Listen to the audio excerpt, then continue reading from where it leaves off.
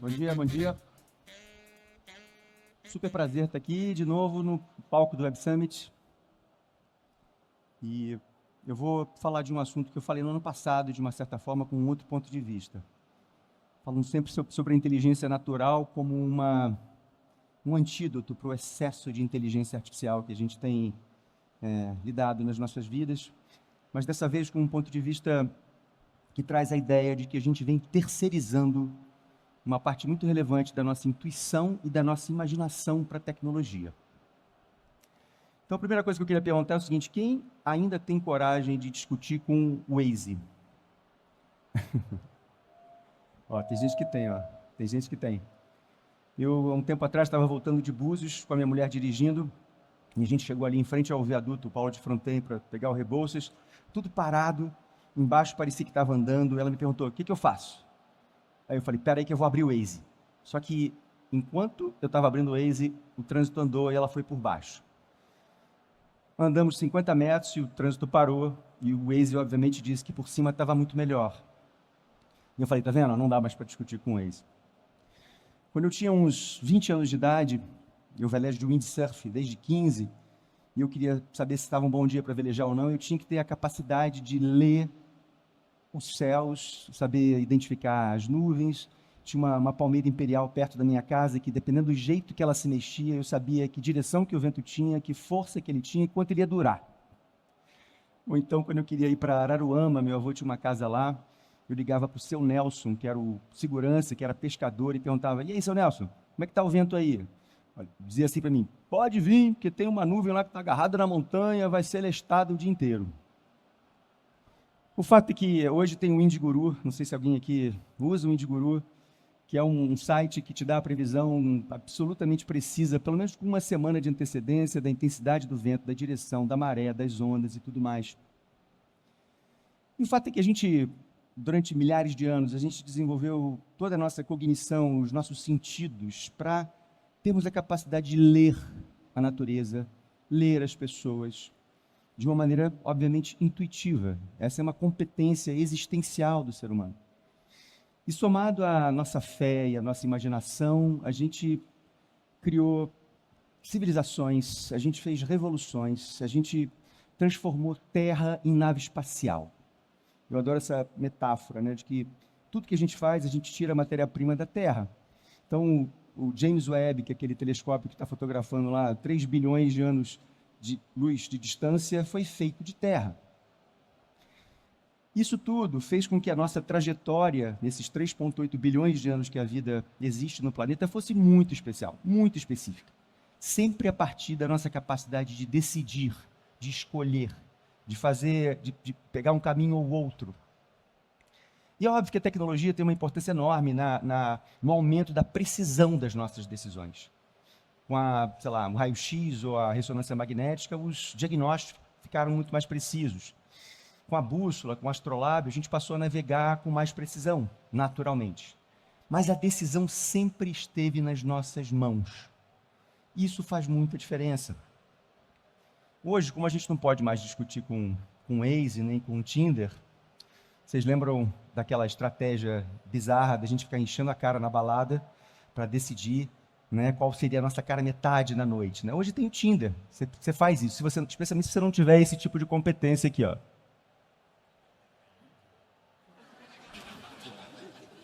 O volume está baixo, mas vocês conhecem isso aqui. Joey. O fato é que agora, gente, o lugar que a gente já está hoje, em relação às inteligências artificiais, isso deve se agravar. Essa ideia de que a gente começa a colocar algumas das nossas competências essenciais, como a intuição e a imaginação, ameaçadas de serem peça do museu evolutivo. Porque a inteligência artificial ela tem uma capacidade crescente, exponencial, de metabolizar dados, informações e variáveis tão radical que cada vez mais vai ser um mau negócio a gente discutir com os aplicativos, discutir com os algoritmos. O que pode dar mais precisão para alguns dos nossos acertos, né, para algumas das nossas escolhas, mas, por outro lado, é uma ameaça, porque a gente sabe que o que a gente não usa atrofia. Com a inteligência geral artificial, então, que está vindo, o Silvio Meira do Porto Digital diz que é algo em torno de 800 dias a gente vai ter a inteligência geral artificial, o que é muito mais radical do que a gente já tem hoje, com uma capacidade literalmente de inteligência, né, que a gente espera. Tem gente que fala de um QI de 5.000 para a AGI, enquanto nós aqui, de modo geral, temos um QI em torno de 110. O Einstein tinha um QI de 160. Então imaginem o que é uma entidade com um QI de 5.000. É literalmente Deus, é a gente fabricando Deus. E o que eu gosto de pensar é que a intuição, assim como a imaginação, mas a intuição primeiro, é meio que um atalho sensorial, cognitivo, quase que sagrado, que a gente estabelece com a realidade, né? A gente faz leituras há milhares de anos, a gente está aqui há 1 milhão de anos como espécie, mas 300 mil anos assim menos peludos, né? Assim, mais como a gente se conhece hoje. E a gente vem tomando decisões muito em função dessa competência essencial, que é uma competência nobre, especial. Tem muitas culturas que realmente atribuem à intuição, essa ideia da iluminação, a uma coisa sagrada, uma conexão com uma consciência cósmica. A gente não se dá muito conta disso, mas é um tipo de tecnologia que opera no nosso cérebro reptiliano, é básico, é estrutural, o que nos faz humanos. E a gente usa a intuição nas pequenas coisas do dia a dia, mas também, muitas vezes, em grandes decisões, né? Quem aqui nunca teve uma intuição de não fazer uma viagem, ou de, sei lá, ligar para uma pessoa? É um tipo é uma coisa que a gente não explica, né? Tem uma subjetividade muito impressionante. E o que está em jogo não é uma competência como, por exemplo, a competência que a gente perdeu de decorar números de telefones. Todo mundo aqui decorava um monte de números. Todo mundo que está aqui, pelo menos, é da geração, eu acredito, que tinha essa competência, né? Eu hoje, o único número de telefone que eu me lembro é esse aqui, que é o telefone da casa da minha avó, vovó Lila. E eu imagino que todos vocês também se lembrem. Então, vou fazer uma proposta aqui, que quando eu falar já, todo mundo fala o número do telefone da casa das suas avós, tá bom? 1, 2, 3 e já. Todo mundo se lembra, né? Muito louco. Isso era uma coisa que, obviamente, talvez hoje nos faça falta, a gente perdeu essa capacidade, mas é alguma coisa básica, né? O fato é que, quando eu comecei a ter esse insight, né, para preparar essa apresentação aqui, eu estava muito entusiasmado com a ideia de que a intuição é alguma coisa que a gente precisa cultivar, que a gente não pode perder de jeito nenhum. E aí, como eu sempre faço, né, primeiro eu tenho uma intuição, um insight, e depois eu vou tentar me aprofundar para ver se o insight que eu estou tendo faz sentido ou não. E eu fiz isso, e aí descobriu esse Daniel Kahneman, que é um psicólogo israelense e economista, ganhou um prêmio Nobel em 2002 de economia, com a ideia da economia comportamental e a teoria da perspectiva. É um cara que sabe muito sobre intuição. E aí as primeiras coisas que eu li sobre ele, ele falava assim, olha, a intuição, de modo geral, nos leva aos erros. A gente subestima a complexidade do contexto, a gente superestima a quantidade de informações que a gente tem para tomar a decisão e a gente erra. Levou a gente para equívocos históricos. Aí eu pensei, caramba, então tudo que eu estava pensando, né, sobre o valor da intuição, o fato dela ser sagrada, de fato não faz sentido porque a gente erra. Aí eu falei, peraí, mas será que errar não é bom? A importância do erro é uma coisa que a gente esqueceu, né, de considerar nesse cenário. A gente vive uma ditadura da performance, a gente vive uma ditadura da produtividade, a gente vive uma ditadura da perfeição, onde o erro não cabe. Isso é uma coisa muito delicada, porque no fundo, quando a gente pensa na própria história da inovação, se não fossem os erros e os acidentes, a gente não teria borracha vulcanizada nos pneus dos nossos carros, a gente não estaria bebendo cerveja hoje depois daqui, e a gente, na verdade, by the way, bebeu ontem numa festinha que teve na Tati, minha voz está meio ruim por causa disso. Não comeríamos pipoca, não teríamos o Viagra, não teríamos os post-its, todos frutos de acidentes. O LSD, puro acidente, e até o picolé, que foi inventado por um cara chamado Frank Epperson, quando tinha 11 anos de idade. Ele deixou sem querer um copo de suco com uma colher dentro, do lado de fora da casa, numa noite gelada. No dia seguinte ele foi tentar tirar a colher Saiu um picolé cilíndrico. E ele, 5 anos depois, patenteou essa ideia, em 1916, e ficou rico. Puro acidente. E tem uma outra coisa delicada nessa ideia do acerto absoluto, que é o seguinte, o livre-arbítrio. Quando todo mundo nessa sala confia no Waze para sair daqui e voltar para a Zona Sul, por exemplo, a gente está deixando o nosso livre-arbítrio de lado, de uma certa forma. Todos nós estamos sendo induzidos e direcionados por um aplicativo inventado por alguém, alimentado por outrem, que faz com que a gente haja como um cardume. Só que não com o cardume, não com a lógica do cardume como ele se manifesta na natureza. Na natureza existe a ideia, que é uma ideia fundamental, é um princípio absolutamente decisivo na natureza para garantir resiliência para os ecossistemas, que é a descentralização. Cada um toma a sua decisão. E quando é bom para o coletivo, um segue o outro. Mas é muito diferente da gente ter uma tela aberta nos nossos carros, mandando a gente para ir para um determinado local. Isso tem muito a ver com a ideia da responsabilidade distribuída, que é alguma coisa que também é muito importante para os nossos sistemas, especialmente para os sistemas complexos. Imaginem, por exemplo, uma estrada, mão dupla, com carros andando a 100 km por hora. De uma certa forma, você confia que o sujeito que está andando do teu lado não vai jogar o carro em cima de você, que o cara que está vindo... A gente confia, porque a responsabilidade está distribuída. Você reduz o risco radicalmente quando você faz isso. E foi assim até agora. Talvez até a década de 40, quando a bomba atômica foi inventada, não existiam pessoas, empresas ou países que tivessem a capacidade de tomar decisões que impactassem o planeta inteiro. Até agora. Essa aqui é uma tela da apresentação da Amy Webb, agora no South by Southwest, a gente estava lá, e ela traz essa tela com esses 6 caras, né? Homens brancos, cis, cinquentões, que são donos, de uma certa forma, das fontes que nos orientam nas redes sociais, nos algoritmos, nos aplicativos e agora nas inteligências artificiais. Existe uma dose de poder concentrado na mão desses caras hoje que é sem precedentes na história da humanidade.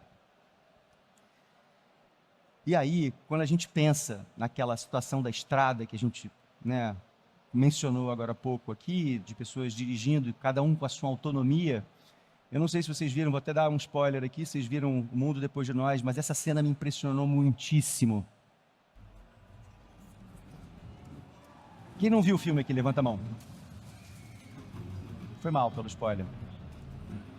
Um cardume de Teslas brancos, autônomos, um cardume suicida, que provavelmente foi hackeado por alguém e fez com que todos aqueles carros fossem juntos para o mesmo lugar, um se chocando no outro, bloqueando uma estrada. Imaginem o que pode ser o poder na mão de alguém de fazer isso com milhões de automóveis autônomos em algum momento muito próximo da nossa história. E ainda uma outra dimensão, né, da história do valor do erro. Quando a gente pensa uma perspectiva de biomimética, né, que é a ciência que eu sou apaixonado, estudo há 35 anos, ou seja, olhando para a natureza como fonte de inspiração, para a inteligência natural como fonte de inspiração, para entender o processo evolutivo da gente e do planeta, o erro também é absolutamente fundamental. Quando a gente olha para a teoria da evolução das espécies de Darwin, através da seleção natural, o que ele mostra é que tudo o que aconteceu da primeira célula para cá, da arqueia, que é a primeira bactéria, para cá, foi resultado de um encadeamento de acidentes. Mutações que fazem um determinado indivíduo estar mais habilitado do que outro para se relacionar com o contexto, e aí esse cara consegue se reproduzir, e o que não teve essa habilidade é extinto. Então, o acidente ele tem uma importância histórica absoluta, tanto na dimensão da nossa existência por aqui, na área de inovação, como eu mostrei, mas também para a nossa própria existência. De uma certa maneira, nós somos resultado do acidente. Nós só estamos aqui porque, em algum momento, os nossos primos primatas, que têm 99,6% do nosso DNA, ou a gente tem deles, né, porque eles vieram antes da gente, uma mutação fez com que o córtex pré-frontal, que é o que nos diferencia de fato, surgisse. Então, que risco que a gente corre não correndo riscos? Essa frase é uma frase que eu acabei de pensar agora aqui, mas é uma frase boa. E ainda, a coisa complica mais ainda, porque além da intuição, que é essa habilidade ancestral que a gente tem, assim, mais primitiva, a gente tem a imaginação também ameaçada por essa terceirização, agora especialmente com as inteligências artificiais generativas. Porque a gente está delegando a elas o espaço de invenção, o espaço de imaginação. Basicamente, a imaginação foi o que trouxe a gente até aqui. Nós somos o bicho que realmente imagina o futuro. Nenhuma outra espécie que a gente saiba, e a gente é bastante arrogante, pode ser que a gente esteja completamente equivocados, tem essa capacidade de imaginar o futuro, de criar abstrações. E a gente tem essa capacidade. A gente tem, de uma certa forma, uma programação aberta, né? Diferente de outros animais que estão aqui até muito mais tempo do que a gente. O tubarão está há 150 milhões de anos, a tartaruga está há 40 milhões de anos, e como eu disse, a gente está aqui há 1 milhão de anos. A nossa programação é aberta, a gente está sempre fazendo coisas diferentes, desde o momento zero até o lugar que a gente está hoje. Se a gente olha, por exemplo, para ninhos de pássaros, há 100 mil anos atrás, eles eram assim. Se a gente olha para um ninho de hoje, eles são assim, não mudaram nada. Mas se a gente olha para uma casa que a gente habitava, um primo nosso lá, um sapiens, há 100 mil anos atrás, era uma caverna como essa. Hoje ela é assim, ó. Quer dizer, para os sheiks árabes que moram lá no Burj Khalifa, em Dubai. A gente tem uma capacidade de imaginação absurda e ousada. Nós somos ousados como espécie. A gente imagina as coisas mais loucas. O Júlio Verne, em 1865, teve a capacidade de imaginar a possibilidade da gente ir à Lua. Há 105 anos atrás, o cara imaginou... 105 anos atrás, não. 105 anos de acontecer o fato. A gente foi para a Lua em 69. 105 anos antes, ele imaginou essa possibilidade. Ou a possibilidade da gente ir para o fundo do mar com o Nautilus, né? Ou ainda nos Jetsons dos carros voadores, que já são uma realidade. A gente fez, por exemplo, o branding do Eve, que é o carro voador da Embraer, que está aqui no stand, ou seja, já é realidade. Mas o brasileiro é, assim, especialmente criativo e imaginativo, né? Esse cara, por exemplo, conseguiu imaginar uma linguicinha no ferro de passar roupa, né? Ou uma piscina na caçamba da picape, um churrasquinho na latinha de cerveja. Ou seja, se tem um sujeito criativo nesse planeta, é o brasileiro. E, aliás, um apêndice, um parêntese aqui, eu acho que a gente tem que explorar isso mais. Acho que isso é um produto de exportação que a gente realmente precisa considerar, parar de só vender commodity para o mundo. Mas o fato é que todo dia, gente, se eu estiver exagerando um pouquinho, talvez, sei lá, toda semana surgem novas inteligências artificiais generativas para ajudarem a gente a pensar. A gente inventou uma máquina de inventar. E qual é o risco disso? E aí uma experiência pessoal que eu tive há um tempo atrás, há um mês atrás, um cliente nosso de longa data nos passou um briefing que era desenhar um frasco inspirado numa flor. Um briefing super especial, um briefing raro. E eu estava completamente encantado com uma inteligência geral, uma inteligência generativa, que era o CREA, não sei se vocês já usaram, CREA.ai, que é inacreditável. Você não tem que escrever um prompt, você coloca só lá um frasco de alguma coisa, e você começa a rabiscar do lado esquerdo, ele em real time começa a gerar esses renders absolutamente perfeitos, impecáveis, iluminados, assim, com uma velocidade, um negócio absolutamente... Você fica, não é possível que está acontecendo isso. Eu passei, sei lá, mais de 4 horas fazendo um atrás do outro, eu não conseguia parar, fiquei assim, meio compulsivo. E teve uma hora que eu parei, eu não conseguia chegar no lugar onde eu queria, sabe? Assim, tinha um lugar meio de uma ansiedade de não conseguir chegar no lugar onde eu queria. E aí eu falei, cara, deixa eu levantar e dar uma pensada aqui. Mas eu me senti naquele momento assim como um daqueles coroas em frente a um caça-níqueis num cassino em Vegas, sabe assim, apertando mais uma vez o caça-níqueis, mais uma vez, agora vai dar certo, agora vai dar certo. E eu me toquei assim, não, peraí, tem uma coisa errada, né? Tem uma coisa errada. Eu tô seguindo um caminho que eu sou um macaco velho nessa história, né? Eu tenho 35 anos de profissão, né, como criativo, e eu estava fazendo tudo ao contrário do que eu sempre imaginei, né? Design thinking, design feeling, biomimética. E aí nessa hora eu levantei, fui pegar uma água na cozinha e passei pela sala, tinha uma bromélia com uma flor assim, eu passei a mão na flor e falei, caramba, peraí, deixa eu buscar aqui a minha inspiração na fonte primária, né? E aí fui para o Jardim Botânico e fui pela primeira vez, depois de 1 dia e meio de trabalho nesse projeto, com esse briefing incrível, ter contato com a fonte original, com a fonte primária de inspiração, que era uma flor. Nessa hora eu me dei conta, eu falei, caramba, imagina se eu passei por isso, né? Essa sensação de adicção, uma sensação de que eu não podia abandonar aquilo que era bom demais, sabe? Tem uma coisa meio viciante. Eu fiquei imaginando um jovem, nativo digital, que entra no processo criativo hoje, que esteja, sei lá, entrando numa faculdade de design, por exemplo, que não teve essa capacidade de exercitar a sua imaginação pelo tempo que eu tive diante de uma ferramenta poderosa como essa, que não para de gerar alternativas. Mas a coisa louca é que nessa hora eu pedi para o Dali, que eu estou usando direto, tá, gente? Eu não estou falando mal da inteligência artificial aqui de jeito nenhum, tá? Eu estou usando direto. Mas eu pedi para o Dali, falei assim, cria uma imagem para mim que traduza esse momento da gente terceirizar a nossa imaginação para a tecnologia. E ele começou a criar esse tipo de imagem aqui, ó. Sumiu a minha tela daqui. E essas imagens, gente, são extremamente... Elas são boas, mas são ruins. Elas são ruins, mas são boas. É uma coisa maluca. E eu me dei conta que a gente está sendo inundados por esse tipo de... Eu chamo de miojo criativo, né?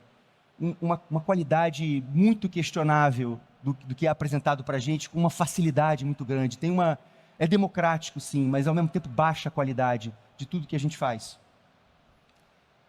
Mas eu contei na minha apresentação com uma ajuda muito sofisticada de um fotógrafo amigo, Gabriel Mendes, que produziu algumas das imagens que estão aqui, como essas, usando só Midjourney, como essas. E na minha opinião, como ele é um fotógrafo, trabalha 20 anos como fotógrafo, ele escolhia a câmera, ele escolhia a lente, ele escolhia a luz, e ele consegue esse tipo de imagem.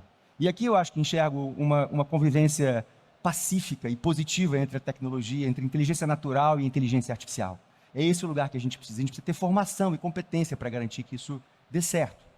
O fato é que novas tecnologias sempre superaram as anteriores, né? Então, obviamente que os monges copistas lá da Idade Média perderam o emprego quando Gutenberg inventou a prensa, ou nas linhas de produção, depois das cucas e dos robôs que montam carros, o cara que apertava parafuso não fazia mais sentido naquela história.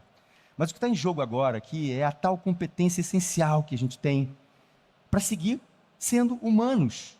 Hoje, quando uma criança fica 3 horas, uma criança de 2 anos fica 3 horas na frente de uma tela e não está brincando na lama, não está desenhando com lápis de cera, a gente está comprometendo essa competência essencial que a gente tem, que a gente precisa cultivar. Então, isso é uma ameaça muito grande. A gente simplesmente inventou essa máquina que imagina pela gente.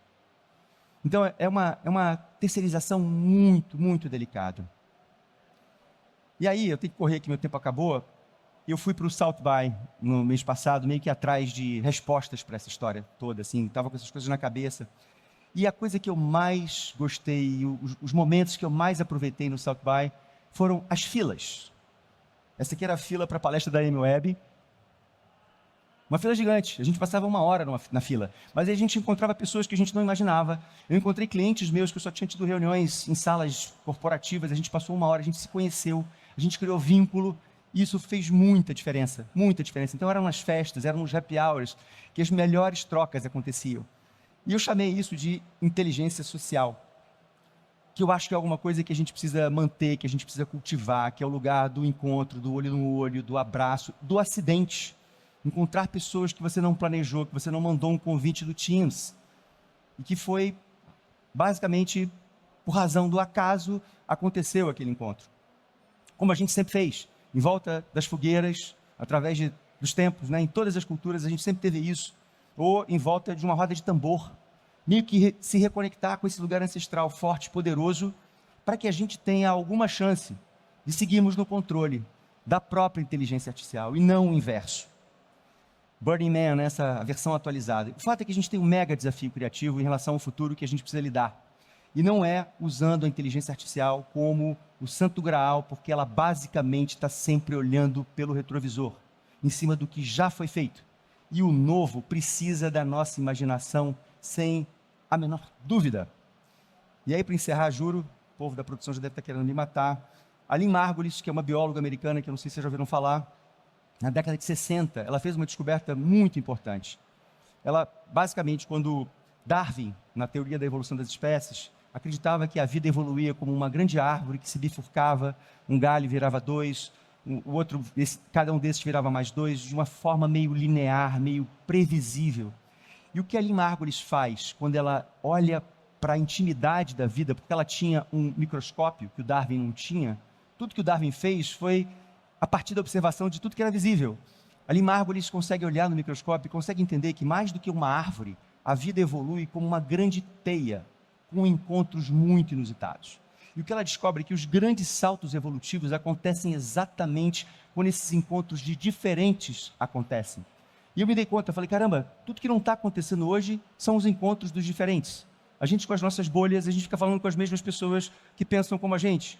A gente hoje tem dificuldade de falar com as minhas filhas sobre alguns assuntos, com meu pai sobre alguns assuntos. Isso é uma coisa muito bizarra.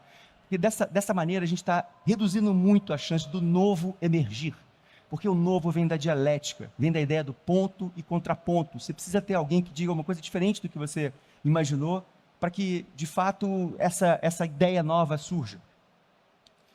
Então, último slide, prometo, a gente precisa evoluir da ditadura do algoritmo para o cultivo da intuição. A gente precisa sair da cultura da perfeição que está fazendo crianças de 7 anos de idade comprarem produtos de skincare, porque as influências de 8 anos de idade falam que é bom. Eu vi uma cena de uma criança chorando na farmácia com a mãe porque queria comprar um produto de R$150, dizendo assim, olha, mãe, não tem isso mais em lugar nenhum, só tem esse, por favor. E a mãe sem saber o que fazer, os pais não estão sabendo o que fazer. A gente tem que abrir o espaço para errar, liberdade do erro. Temos que migrar do excesso de telas para o estímulo à imaginação, ler as histórias para as crianças à noite, deixarem se sujarem, brincarem com lápis de cera, com massinha, evoluir dessa ideia de que a AI é tudo na nossa vida, para a ideia de que a inteligência natural é tudo na nossa vida, que inclui a inteligência social e a inteligência artificial. A inteligência natural é o que envolve, que engloba, que está em cima de tudo. Temos que evoluir da aceitação das diferenças, que já é uma grande coisa, para o interesse pelo diferente, que é esse interesse pelo cara que fala diferente do que você estava esperando, que pensa de outra maneira. Porque só desse jeito a gente vai poder avançar desses futuros distópicos que estão em 100% de todo o conteúdo de ficção científica disponível no Netflix, na Prime, na Apple. 100% é distópico. E o que a gente imagina tende a acontecer, como o Júlio Verne lá atrás fez. Então, se a gente não começar a imaginar futuros utópicos, futuros desejáveis, eles não acontecerão. E é isso, gente. Super obrigado. E olha, eu queria aproveitar e sugerir a vocês, aproveitem que devem ter pessoas diferentes aí, usem a inteligência social para evoluírem. Valeu, obrigado.